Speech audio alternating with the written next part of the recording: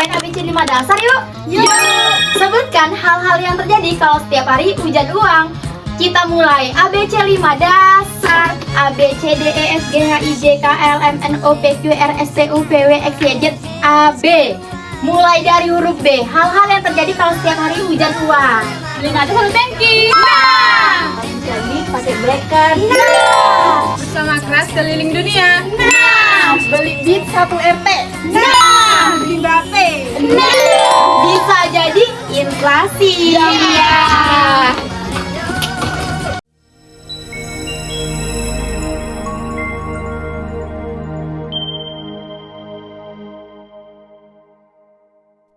Halo Sobat Friends, Bella Farandita Nastian di sini Dan Abi Surya Pratama di sini. dan kamu lagi dengerin Manetlo Podcast edisi Bocil Obrolan Kecil.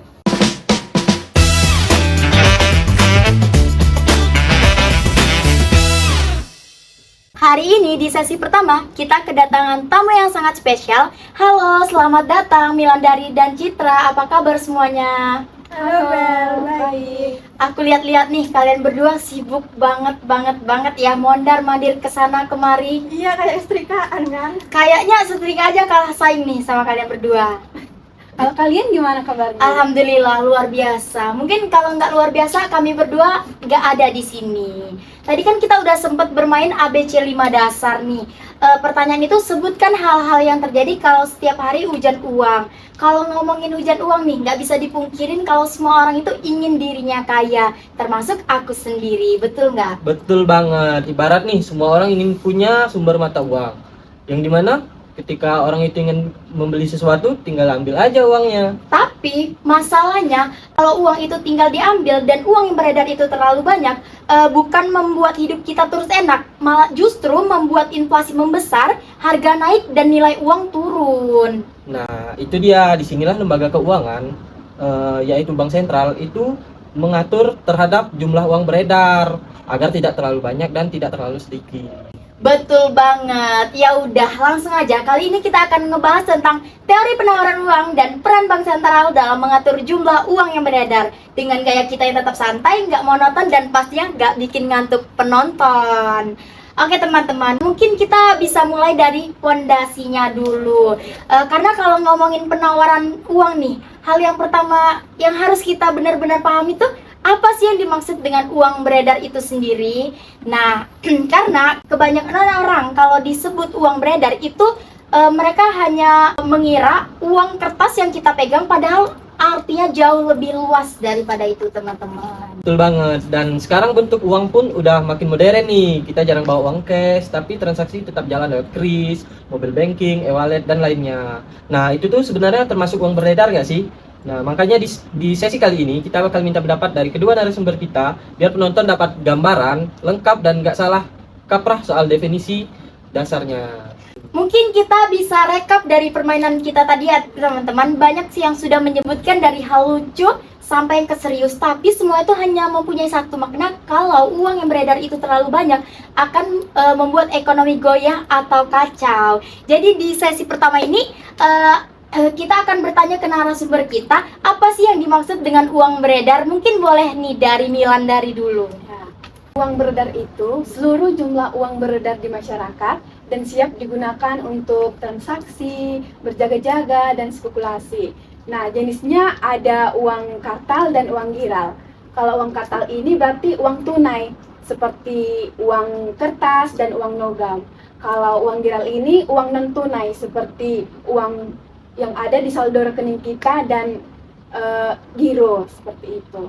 Nah, tapi sebelum kita lanjut ke intinya, aku penasaran sama satu hal. Seberapa penting sih hubungan jumlah uang beredar dengan stabilitas harga itu sendiri? Karena waktu kita bermain tadi aku nemu kalau uang yang kita pegang itu terlalu banyak, itu akan menyebabkan inflasi. Itu gimana tuh hubungannya antara jumlah uang yang beredar dengan stabilitas harga itu sendiri?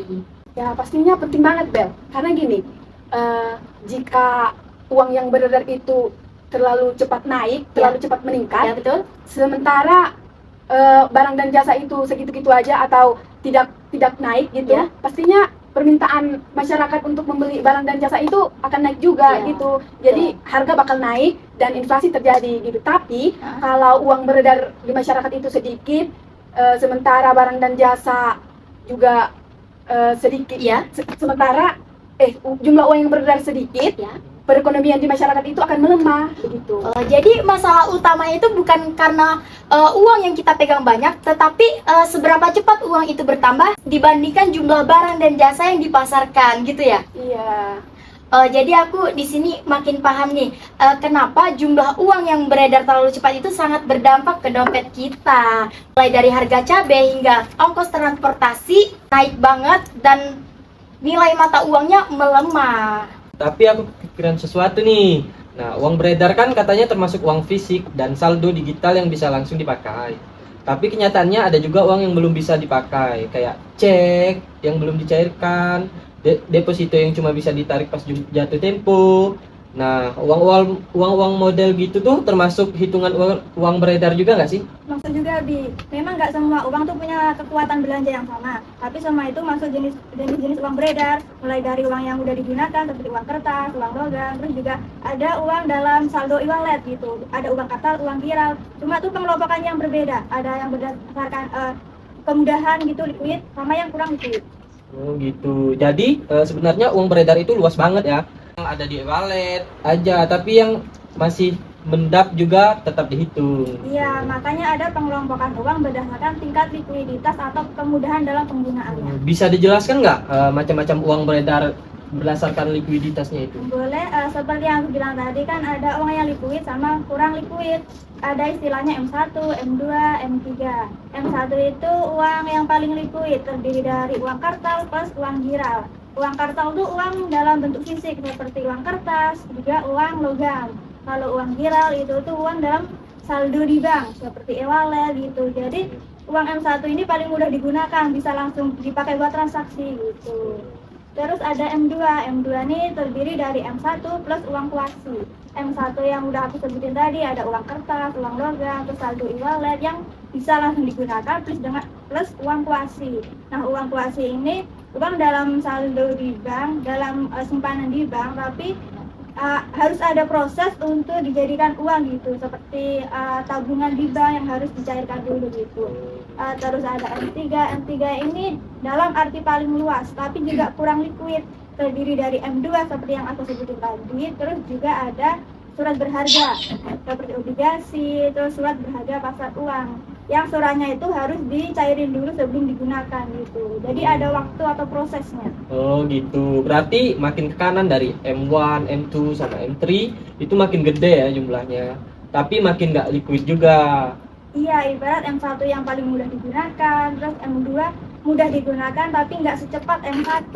Kemudian M3 yang terdiri dari seluruh keuangan, mulai dari uang kertas, terus simpanan di bank, jangan surat berharga gitu.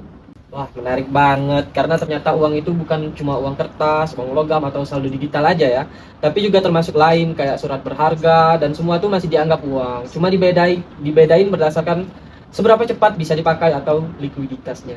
Nah, di sini aku jadi kepikiran satu hal nih. Dari M1 sampai M3 tadi kan jumlahnya bisa berubah-ubah, bahkan bertambah lewat sistem perbankan. Aku mau tanya nih ke kalian berdua, gimana sih cara bank itu membuat uang itu bertambah lewat bank? Atau istilah kerennya itu money multiplier. Itu gimana tuh cara kerjanya? Mungkin boleh dijelaskan. Sebelumnya, pengertian dari money multiplier atau pengganda uang ini adalah kemampuan bank untuk menciptakan uang baru dari simpanan. Jadi setiap proses pinjam meminjam itu yang bertambah jumlah uang yang beredar di masyarakat, bukan jumlah uang kertasnya yang bertambah gitu ya? Iya, uang fisiknya tetap, tapi saldo di bank yang tercatat di bank itu yang berubah, makanya dinamakan money multiplier atau pengganda uang. Oh, pantesan BI hati-hati banget sama aturan GWM. Kalau GWM dinaikkan, maka bank harus nyimpan uang lebih banyak dong. Berarti yang bisa dipinjamkan makin sedikit, multipliernya turun. Ya, kalau GWM diturunkan, tentunya makin banyak uang yang bisa dipinjamkan kepada masyarakat dan money multipliernya bakal naik. Jadi di sini aku makin paham nih, kenapa money multiplier itu sangat penting banget. Berarti jumlah uang beredar itu bisa bertambah karena aktivitas banknya gitu ya? Ya, Nah, dan itu juga baru dari sisi bank doang kan. Belum lagi kebijakan BI yang ikut ngatur alirnya. Nah, ngomong-ngomong soal itu kan tadi kita udah bahas kalau uang bertambah karena sistem perbankan. Tapi sebenarnya uang beredar tuh bukan cuma dipengaruhi oleh money multiplier. Baik. nah, ya kalau kita mau lihat lebih detailnya juga, Ya. kita bisa lihat dari sisi penawarannya juga. Karena yang ngatur seberapa banyak uang beredar di masyarakat itu bukan cuma bank, tapi juga kebijakan dari Bank Indonesia. Jadi ada faktor-faktor yang membuat penawaran uang itu naik atau turun gitu ya? Ya, dan hal ini penting banget buat ngerti kenapa jumlah uang yang beredar bisa berubah selain karena pengganda uang tadi, multiplier tadi. Jadi apa aja sih faktor-faktor yang mempengaruhi permintaan uang tersebut? Jadi yang pertama tuh ada tingkat suku bunga. Jadi uang yang beredar itu tergantung dengan tingkat suku bunga. Kalau suku bunganya naik, tentu orang merasa malas buat pinjam uang karena cicilannya bakalan besar nih gitu. Makanya uang yang beredar bakalan sedikit. Sedangkan kalau suku bunganya turun, orang lebih semangat buat pinjam uang karena cicilannya itu kecil dan makanya uang yang beredar bakalan banyak. Kemudian ada tingkat inflasi. Ya. Jadi inflasi itu kan kenaikan harga barang secara umum dan terus-menerus dalam waktu tertentu kan. Ya. Kalau inflasi naik, BI akan memberi kebijakan untuk menekan jumlah uang yang beredar agar inflasinya nggak semakin parah, agar barang-barang tuh harganya nggak semakin besar gitu. Jadi faktor-faktor yang barusan Citra jelaskan itu adalah yang membuat uang beredar itu bisa naik atau turun. Dan ternyata dampaknya itu sangat berpengaruh di aktivitas sehari-hari kita ya teman-teman. Nah, dan juga ternyata nggak sesimpel itu BI cetak uang doang, tapi banyak banget yang harus mereka perhitungkan. Benar, makanya penawaran uang itu penting banget karena kalau semakin besar bakal dari inflasi, kalau semakin dikit ekonomi akan lesu. Jadi Bank Indonesia itu selalu melihat kondisi ekonomi sebelum naikin suku bunga, menurunkan giro wajib minimum, atau ngelakuin operasi pasar terbuka. Ya gini, contohnya ketika Bank Indonesia menaikkan suku bunga untuk menahan inflasi, penyaluran kredit turun sehingga penawaran uang juga akan menurun. Wah, ngomong-ngomong soal itu tadi, kita sudah bahas penawar uang dari sisi kebijakan. Tapi kan uang nggak selalu datang dari Bank Indonesia saja. Nah, iya nih, aku juga kepikiran tadi, selain kebijakan BI, Bank Umum juga katanya bisa menciptakan uang. Itu maksudnya gimana sih? Masa bank bisa bikin uang sendiri gitu? Iya kan, makanya orang mikir kayak cuma BI yang punya mesin cetak uang kan. Ya. Padahal Bank Umum juga punya peran dalam menambah uang beredar. Tapi cara bikinnya itu pasti beda-beda kan? Beda banget, Bank Umum tidak menciptakan uang kertas, tapi mereka menciptakan uang giral. Nah, gimana tuh caranya? Caranya lewat penyaluran kredit, prosesnya seperti ini. Pertama-tama, nasabah menyimpan uang di bank. Bank ini menahan sebagian sebagai cadangan. Kemudian sisanya dipinjamkan ke orang lain. Nah, uang pinjaman itu kembali ke bank lain sebagai simpanan. Nah, bank lainlah yang akan menyalurkan kredit lagi. Proses itulah yang membuat uang giral bertambah meski uang kertasnya tetap. Di Indonesia, program seperti KUR atau kredit produktif UMKM adalah contoh nyata penciptaan uang oleh Bank Umum. Berarti uang fisiknya itu nggak berubah, tetapi jumlah uang yang tertera di angka perbankan itu yang bertambah karena kredit berantai tadi gitu ya? Iya benar, makanya Bank Umum punya peran yang penting banget. Karena setiap mereka ngasih pinjaman berarti mereka juga sedang melipat gandakan uang. Berarti seperti yang telah kita bahas tadi ya, kalau bank lagi kasih ketat kredit, misalnya waktu suku bunga lagi naik, uang yang tercipta juga lebih sedikit gitu ya kan? Betul, makanya kebijakan BI, kondisi perbankan, dan perilaku masyarakat itu semuanya saling ngaruh. Kalau suku bunga tinggi, masyarakat kan bakal malas pinjam duit nih. Tapi kalau suku bunga naik, proses penciptaan uang oleh bank umum juga akan melambat. Oh gitu. Jadi intinya selain BI yang ngatur dari atas, bank umum tuh juga sebenarnya tangan kanan yang langsung nyalurin uang ke masyarakat lewat kredit itu ya. Iya, makanya kita sebut bahwa perbankan itu jantungnya perekonomian. Karena dari pinjaman, kredit, alur uang, semuanya muter di sana. Oke, sekarang aku paham banget nih kenapa topik ini penting banget untuk dibahas. Karena dari sini kita paham bahwa uang yang beredar itu bukan hanya sekedar dicetak, tetapi juga menciptakan kegiatan atau aktivitas perbankan. Oke teman-teman, sesi pertama sudah habis. Terima kasih kepada Citra dan Milandari yang sudah menjelaskan tentang penawaran uang sampai mekanisme penciptaannya.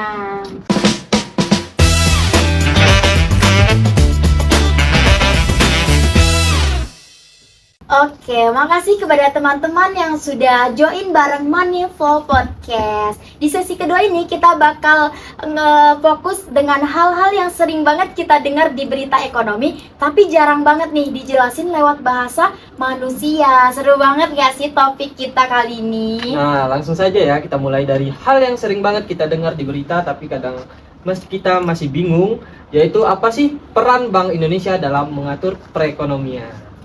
Jadi peran Bank Indonesia itu sebenarnya udah diatur di dalam Undang-Undang Bank Indonesia, yang mana Bank Indonesia itu tuh sebenarnya udah mempunyai satu tujuan utama dan juga fungsi utamanya. Nah, satu tujuan utama, maksudnya apa tuh? Nah, jadi gini, Bank Indonesia itu mempunyai tujuan utamanya itu yang pertama menjaga stabilitas nilai rupiah, dan itu mencakup dua hal, stabilitas harga barang dan jasa alias inflasi dan stabilitas nilai tukar rupiah terhadap mata uang negara lain. Jadi semua kebijakan BI itu intinya untuk menjaga dua hal tersebut agar tetap stabil kayak gitu. Terus 3 fungsi utamanya apa aja? Nah, kalau untuk 3 fungsi utamanya itu yang pertama itu menetapkan dan melaksanakan kebijakan moneter. Jadi BI itu mengatur jumlah uang beredar dan suku bunga untuk mengendalikan inflasi, menjaga stabilitas keuangan dan mendukung pertumbuhan ekonomi. Jadi instrumen yang digunakan antara lain seperti operasi pasar terbuka, giro wajib minimum, dan yang terakhir itu intervensi di pasar valuta asing kayak gitu. Oh, oke, lanjut. Fungsi kedua. Nah, jadi yang kedua itu mengatur dan menjaga sistem pembayaran, mulai dari uang tunai, mengawasi pembayaran uang tunai maupun non tunai, serta ngembangin sistem digital, kayak ibarat KRIS atau BI First. Nah, jadi BI itu harus tetap menjaga bahwa transaksi di negaranya itu harus tetap lancar tanpa ada hambatan. Gitu. Dan fungsi yang terakhir? Nah, kalau yang ketiga itu tuh mengatur dan mengawasi sistem perbankan. Nah, hal itu kita tuh bersamaan dengan OJK.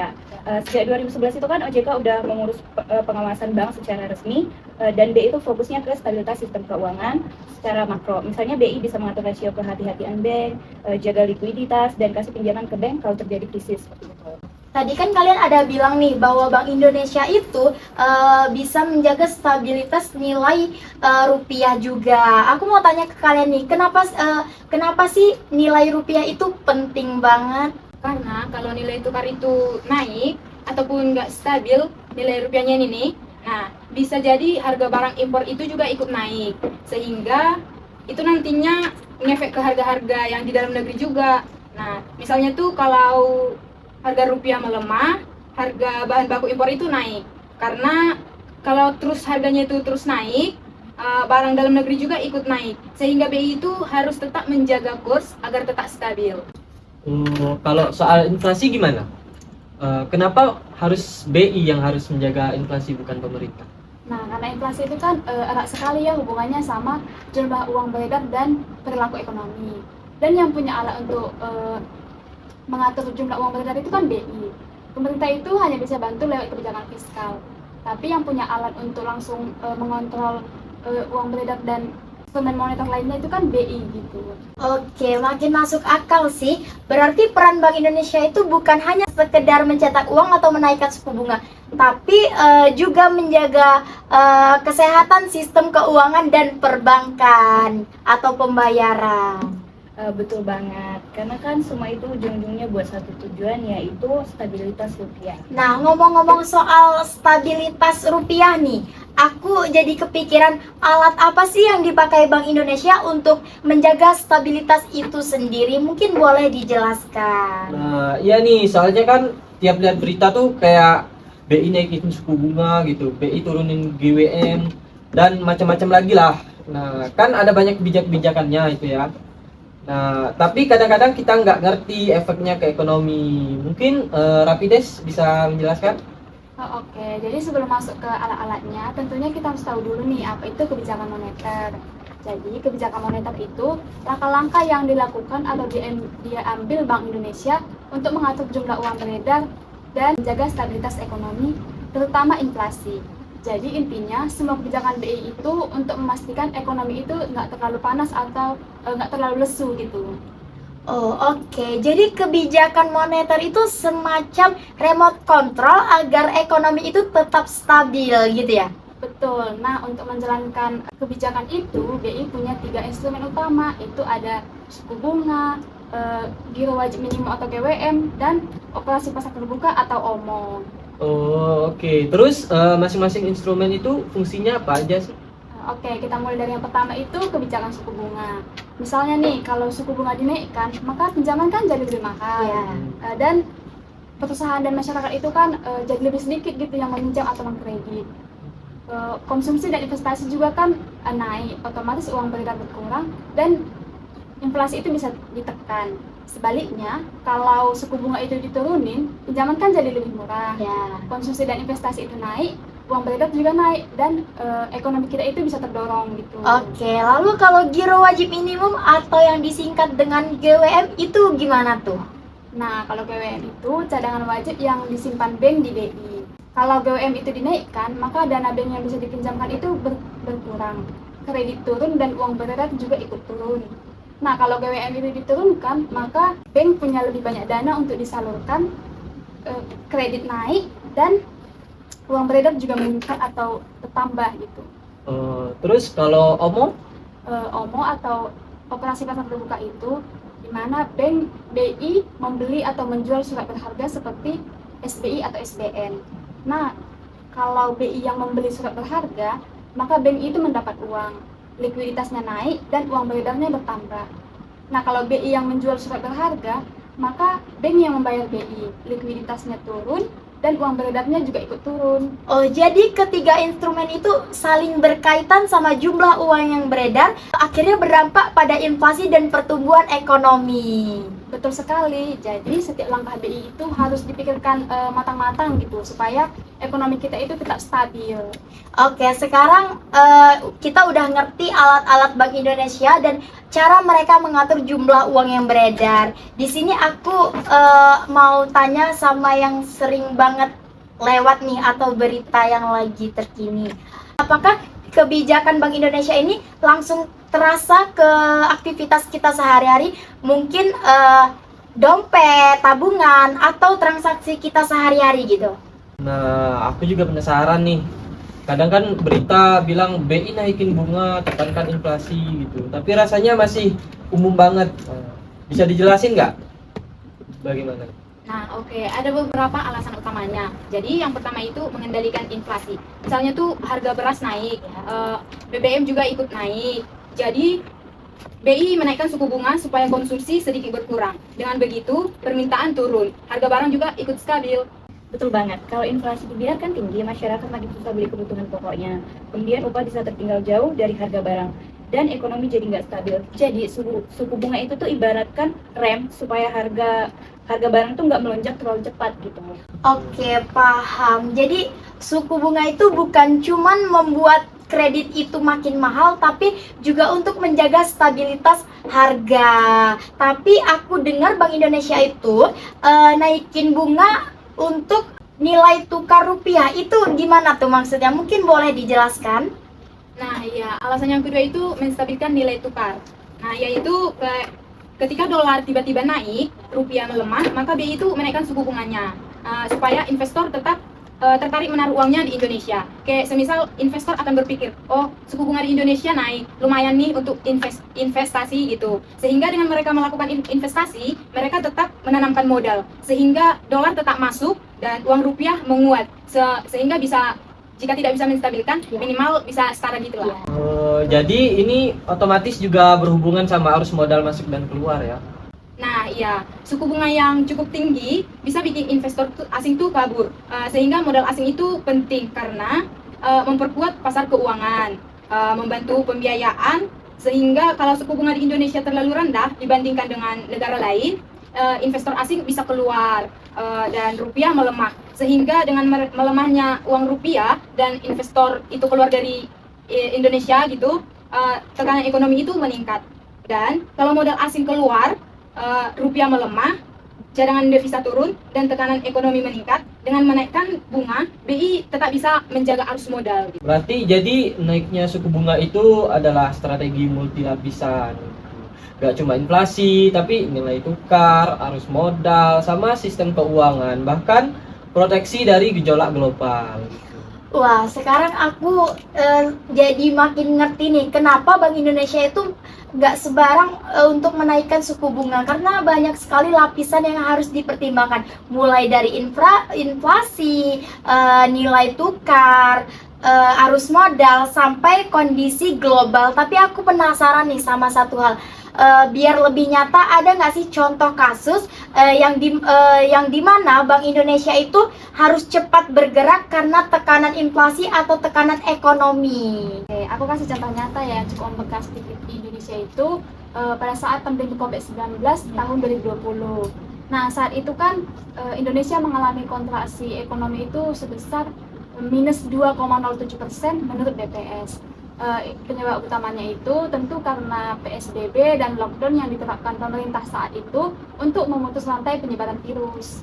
Wah, iya, inget banget tuh waktu itu semua serba terbatas, banyak orang nggak bisa kerja, toko tutup, bahkan ada loh perusahaan yang gulung tikar. Tapi nggak mestinya inflasi turun ya kalau ekonomi lagi kontraksi seperti itu. Nah, di sini letak uniknya. Laju inflasi saat itu kan sebagian besar dipengaruhi oleh sektor makanan, minuman, dan tembakau dengan kontribusi sekitar 0,19%. Selain itu, sektor lain seperti jasa perawatan pribadi dan jasa lainnya memberi andil sekitar 0,35% dengan tingkat inflasi keseluruhan itu mencapai 5,8%. Jadi, walaupun ekonomi menurun, beberapa harga barang itu justru tetap naik karena faktor permintaan dan distribusi barang tertentu gitu. Oh, jadi inflasi itu nggak cuma soal ekonomi lagi panas, tapi juga terjadi karena pasokan barang terganggu atau biaya produksi naik kan? Ya, betul sekali. Dan disinilah kenapa BI itu harus sigap. Wah, dari contoh inflasi tahun 2020 kemarin, jadi kelihatan makin nyata ya kenapa kebijakan Bank Indonesia itu sangat penting. Tapi aku penasaran nih, kebijakan Bank Indonesia itu berpengaruh langsung nggak sih sama aktivitas kita sehari-hari? Mungkin dari dompet, tabungan, atau transaksi kita gitu. Nah, ini tuh menarik banget ya. Jadi gini, Bank Indonesia itu memang punya dampak atau pengaruh langsung itu ke masyarakat gitu. Aku coba ringkas nih beberapa dampaknya. Yang pertama itu kan soal stabilitas harga. Jadi BI itu bertugas menjaga harga tetap stabil.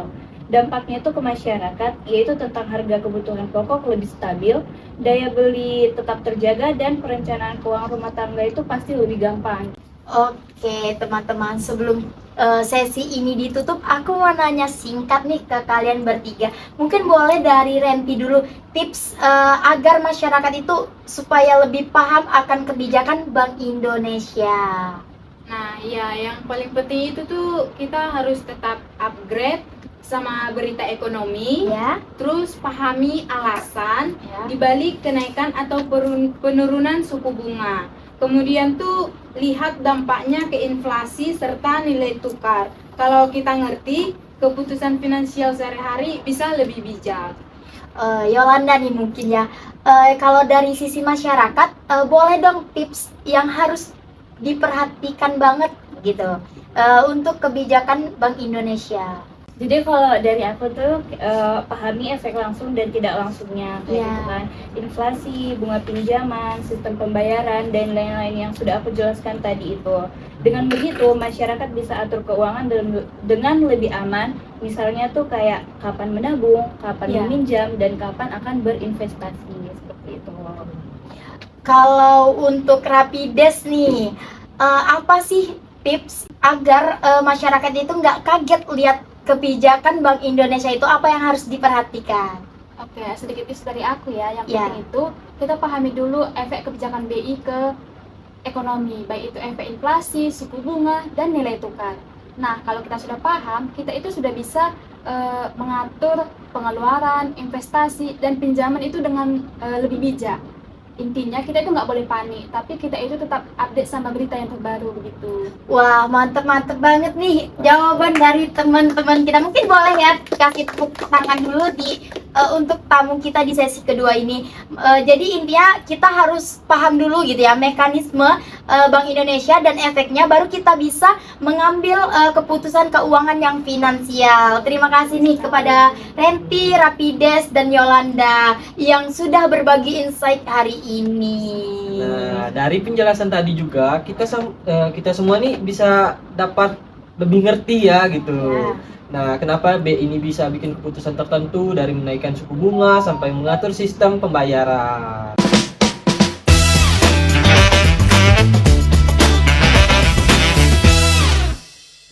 Oke teman-teman, sebelum sesi ini benar-benar ditutup, aku mau berterima kasih dulu nih ke semua narasumber yang telah hadir hari ini.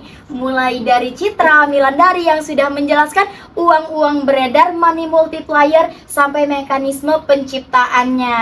Nah, dan juga ada Renti, Rapides, dan Yolanda yang sudah ngasih tahu kita insight tentang kebijakan BI, suku bunga, inflasi, serta nilai tukar, sampai ke dampaknya terhadap masyarakat gitu. Betul banget. Semoga kita makin paham akan mekanisme kebijakan Bank Indonesia, efeknya ke ekonomi, dan pada akhirnya kita bisa mengambil keputusan finansial yang lebih bijak. Terima kasih juga kepada teman-teman yang sudah menonton dari awal hingga akhir.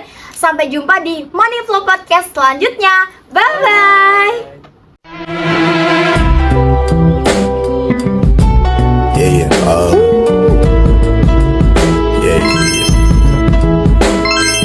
that's the way every day goes. Every time we've no control. If the sky is pink and white, if the ground is black and yellow, it's the same way you showed me. Nod my head, don't. Di dalam lagi, tapi dengan tetap beli aja itu. Iya, kan harusnya dari ini ya. Punya mata uang. Cari. Kan hal-hal yang tadi terjadi kalau ulang dia. Halo guys.